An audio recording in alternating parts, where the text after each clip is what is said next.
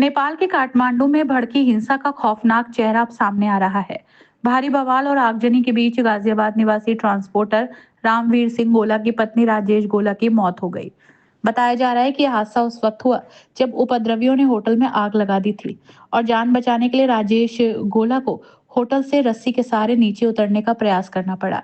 इस दौरान हाथ फिसल गया और वो नीचे गिर गईं, जिससे उनकी मौके पर ही मौत हो गई। ट्रांसपोर्टर रामवीर सिंह गोला देहरादून और गाजियाबाद में ट्रांसपोर्ट का व्यवसाय करते हैं। वे अपनी पत्नी के साथ कुछ दिन पहले नेपाल घूमने गए थे, लेकिन वहां अचानक उपजे हिंसक हालातों ने उनकी जिंदगी को पूरी तरह से बदल कर रख दिया।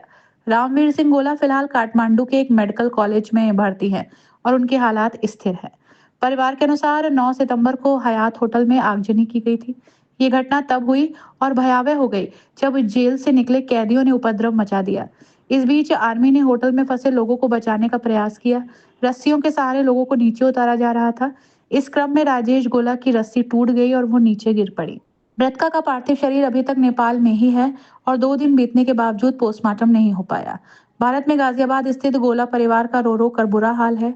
परिजन भारत सरकार और भारतीय एम्बेसी से लगातार संपर्क में हैं, लेकिन शव की वापसी और अन्य औपचारिकताओं में देरी से वे बेहद व्यथित हैं।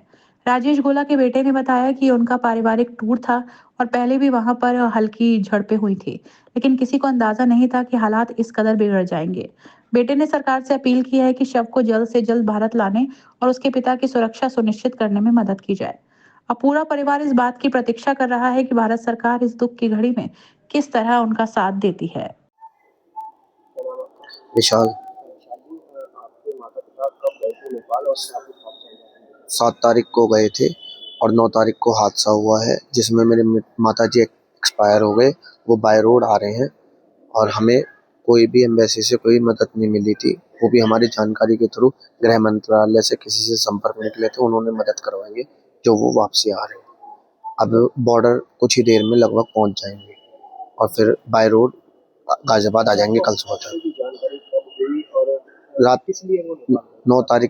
9 तारीख की रात को 12 बजे हमें पता चला था कि हॉस्पिटल होटल में आग लगा दी, जिससे पूरा होटल खाक हो गया। बस इतनी पता, अब ये नहीं पता किसने लगाई, कैसे लगाई।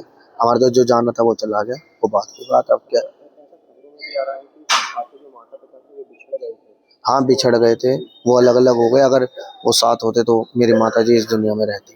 आपकी माता जी ने ऊपर से गिरकर ऊपर से गिरी थी मगर पर्दे के थ्रू निकलवाए थे, क्योंकि पूरे उसमें होटल में आग लग गई थी, धुआं था। तो उन्होंने, मेरे पापा ने शीशा तोड़ के मतलब कि जैसे नीचे लटका के उतारी थी मेरी मम्मी। तो वो नीचे गिरी, गिरने के बाद नीचे गद्दे लगे हुए थे, उसके बाद उठी हैं। मगर आर्मी वाले उनको साथ, मम्मी पापा को एक साथ नहीं ले गए। वो कहने लगे अलग अलग जाना। तो मम्मी पहले चली गई और पापा पीछे से गए। उस कारण उनको या तो सदमा लग गया, अकेलापन, और फर्स्ट एड भी नहीं मिला, इस कारण वो एक्सपायर हो गए। भारत सरकार की तरफ से कोई मदद मिली? आपने बातचीत करी है जो हेल्पलाइन एम्बेसी से करी थी। वो जब एम्बेसी वाले को ही सबको खाक कर दिया तो उन्होंने हाथ खड़े कर दिए। उन्होंने बोला कि जी देखो, सब हमारे जितना भी इंतजाम था उन्होंने उसको टारगेट करा है, तो हम तुम्हारी मदद नहीं कर सकते। कह रहा जो हो सकता है जहाँ पे हो वहाँ पे रखो। वो मेरी 9 तारीख से सुबह से एम्बेसी से बात हो रही थी, तो उन्होंने वही कहा था। और हम उस चीज में रह गए कि हयात पे इतना बड़ा होटल है, नहीं अटैक होगा, मगर हो गया। और देखो जो हो चला गया, उसका क्या कर सकते। आपके फादर से आपकी बात हुई है? पापा से मेरी रेगुलर बात हो रही है। नेट की सुविधा और वो चीज़ दोनों चीज थी, तो ऐसा कुछ नहीं है। पापा से मेरे साथ डायरेक्ट टच में थे, मगर वही है, और वो अलग अलग हो गए इसलिए। तो उन्हें भी चोट वगैरह? पापा मेरे अभी तक तो ठीक हैं, जब तक गाजियाबाद नहीं आए। जब आ जाएंगे तब पता चलेगा, वो रास्ते में। अपनी राय हमें कमेंट में ज़रूर बताएं और ऐसे ही लेटेस्ट अपडेट्स के लिए हमारे चैनल रॉयल बुलेटिन को लाइक, शेयर और सब्सक्राइब करना ना भूलें।